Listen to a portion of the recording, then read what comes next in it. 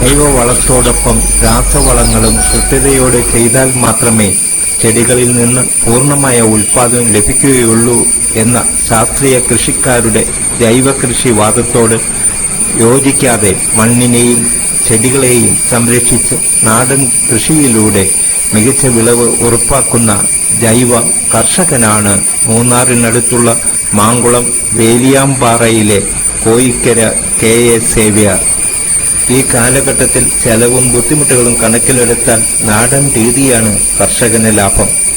ചെലവുകൾ നിയന്ത്രിച്ച് മികച്ച വരുമാനവും ഉൽപാദനവും നേടാൻ ശാസ്ത്രീയമായ കാഴ്ചപ്പാടിലുള്ള നാടൻ കൃഷി പരിചരണത്തിലൂടെ സാധിക്കും. സംയോജിത സമ്മിശ്ര കൃഷിയിൽ കുരുമുളകിനാണ് പ്രധാന സ്ഥാനം നൽകിയിരിക്കുന്നത്. എന്റെ പ്രധാന കൃഷി കുരുമുളക് കൃഷിയാണ്. കൃഷി 3 വർഷം കൂടുമ്പോൾ അതിന്റെ ആദായം കിട്ടി തുടങ്ങും. അതിന് കുരുമുളകിന്റെ തണ്ട് മുറിച്ചാണ് കൃഷി ചെയ്യുന്നത്. അടിസ്ഥാന വളമായിട്ട് ചാണകം ഇട്ടാണ് ചെടി നടുന്നത്. ചെടി നട്ടതിന് ശേഷം നമ്മൾ നല്ല പരിചരണവും കാര്യങ്ങളും കൊടുക്കുകയാണെങ്കിൽ 3 വർഷം കഴിയുമ്പോൾ ആദായം കിട്ടി തുടങ്ങും. 15 വർഷം വരെയാണ് നല്ല രീതിയിലുള്ള ഒരു ആദായം കിട്ടുക എന്നുള്ളതാണ് എൻ്റെ ശരിയായ വശം. എനിക്ക് നീലമുണ്ടി, വെള്ളമുണ്ടി, കരിമുണ്ട, പന്നീർ വൺ, ഈ 4 സൈസ് കൂടികളാണ് എനിക്കുള്ളത്. ഈ കൃഷികളിൽ കരിമുണ്ടയ്ക്കാണ് ഏറ്റവും, കരിമുണ്ടയും വെള്ളമുണ്ടിയും പന്നീർ വണ്ണും, ഈ 3 എണ്ണത്തിനാണ് ഉണക്കുവാശി കൂടുതലുള്ളത്. 2.5 ഒന്ന് വെച്ച് നല്ല കിട്ടും. നീലമുണ്ടിനെ സംബന്ധിച്ച് നീലമുണ്ടി 3 കിലോന്നേ കിട്ടുള്ളൂ. 3 കിലോ ഉണങ്ങിയെങ്കിലാണ് 1 കിലോ കുരുമുളക് ഉണക്കമുളക് കിട്ടുള്ളൂ. ബാക്കി ഈ 3 കുരുമുളകുകളും 2.5 ഒന്ന് വെച്ച് കിട്ടും. അപ്പൊ ഉണക്കുവാശി കൂടുതലുള്ളത് ഈ 3 ഇനത്തിനാണ്. വെള്ളമുണ്ടീനെ സംബന്ധിച്ചുള്ള വിഷയം എന്താണെന്ന് വെച്ച് കഴിഞ്ഞാല് 1.5 കൊല്ലങ്ങളിലാണ് അതിന്റെ വിളവ് കൂടുതൽ കിട്ടുന്നത്. എല്ലാ വർഷവും ഒരുപോലെ കിട്ടുന്നത് വെള്ളമുണ്ടി കിട്ടുന്നത്. ബാക്കി കൃഷികൾക്കെല്ലാം, ബാക്കി ഇനങ്ങൾക്കെല്ലാം എല്ലാ വർഷവും ഒരേ മീഡിയം നമുക്ക് വിളവുകൾ കിട്ടും. പിന്നെ ഈ കുരുമുളകിനെ സംബന്ധിച്ച് പരിചരണമാണ് അതിന്റെ ഏറ്റവും മെയിൻ വിഷയം.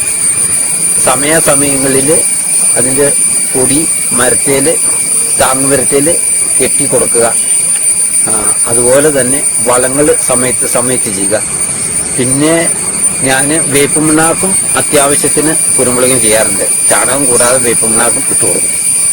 വേറെ കീടനാശിനികളോ ബാക്കി കാര്യങ്ങളോ ഒന്നും കുരുമുളകിന് ഞാൻ ചെയ്യാറില്ല. ബാക്കി കൃഷിക്കാരൊക്കെ ചെയ്യുമെന്ന് എനിക്കറിയപ്പെടുന്നു.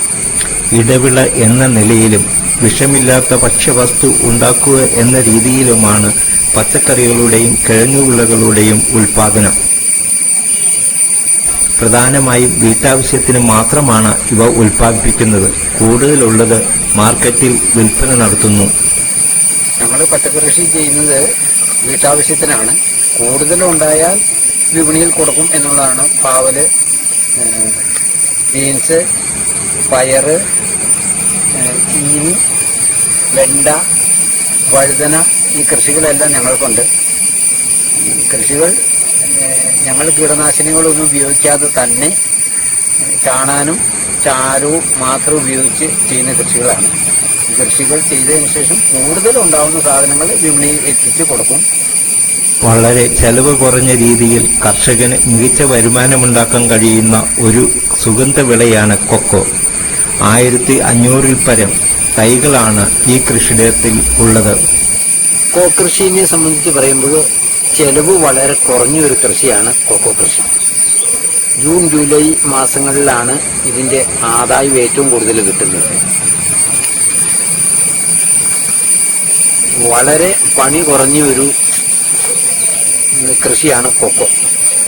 ഞാൻ കൃഷി എൻ്റെ കൊക്കോ വർഷകാലത്ത് ഞാനത് പച്ചയ്ക്ക് കൊടുക്കുകയും വെയിലാവുമ്പോൾ അത് ഉണക്കി വിപണിയിൽ കൊടുക്കുകയാണ് ചെയ്യുന്നത്. 2500-ൽ പരം കൊടികളാണ് ഈ കൃഷിയിടത്തിലുള്ളത്. ഭൂരിഭാഗവും പ്ലാവിലാണ് കയറ്റിയിരിക്കുന്നത്.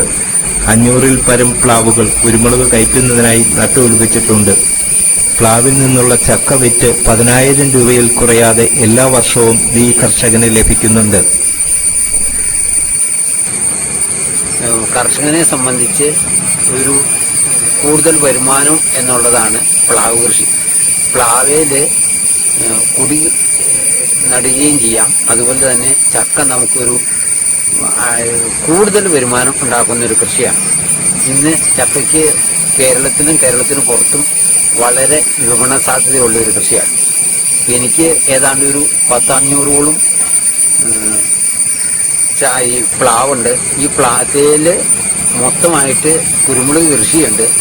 അതുപോലെ തന്നെ ചക്ക ഈ മാങ്കുളത്ത് താളങ്കടത്ത് എന്ന് പറയുന്ന സ്ഥലത്ത് ഒരു ചക്ക ഫാക്ടറി ഉണ്ട്. അവിടെ ഈ ചക്ക മൂത്തത് കൊണ്ടുപോയി കൊടുക്കാമെങ്കിൽ കിലോയ്ക്ക് 5 രൂപ.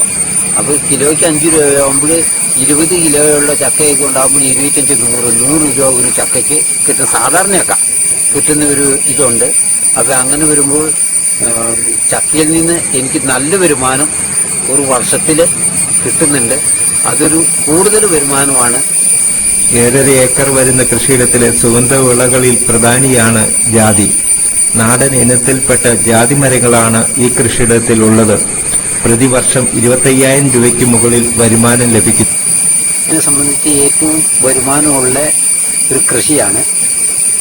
പിന്നെ ജാതിക്കൊരു വിഷയമുള്ളതെന്ന് വെച്ചാൽ ദിവസവും വരികയും ദിവസവും അതിന്റെ പത്രിയും കായും ശേഖരിക്കുകയും ചെയ്യുക എന്നുള്ളതാണ് അതിന്റെ മെയിൻ പണി.